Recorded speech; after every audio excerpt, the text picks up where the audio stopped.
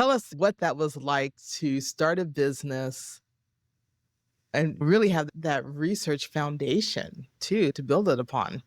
Yeah, and so like I said, when I first started my business, it was not this. It was the curriculum development, program development, because that's what I did as an educator, and I knew that well. But it was, again, this was something where I thought, you're saying this is so innovative, and to me, it was like it just makes sense.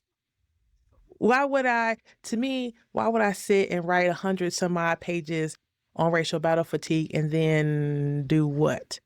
Right? I felt like I needed to talk to folks about what it meant.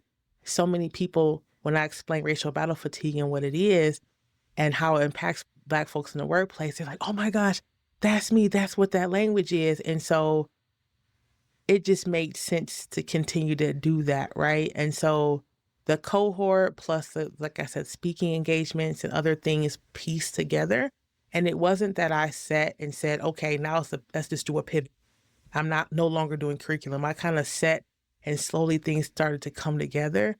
And so I found myself, instead of saying, oh, this is my side work, the cohort's my side work, it just slowly became my front work, right? It's no longer this thing I do on the side. And I just made a decision one day, like, hey, you're committed to this. You spend more time thinking about it and researching it and supporting people with this, and you love this more than writing curriculum, which every once in a while I still do if people ask and I know them well, but this is what's important to me. And I see the growth and I see the light in people's eyes when they're in spaces with other Black folks that understand their journey, you know?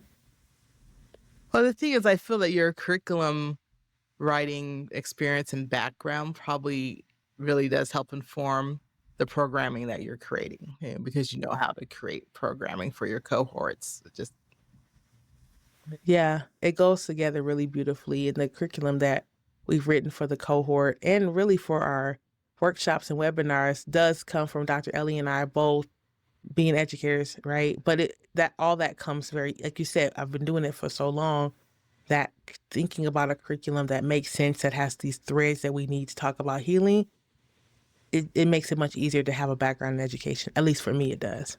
yeah.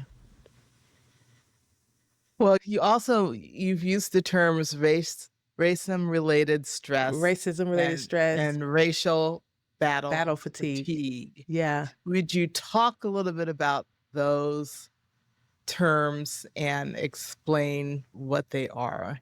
sure.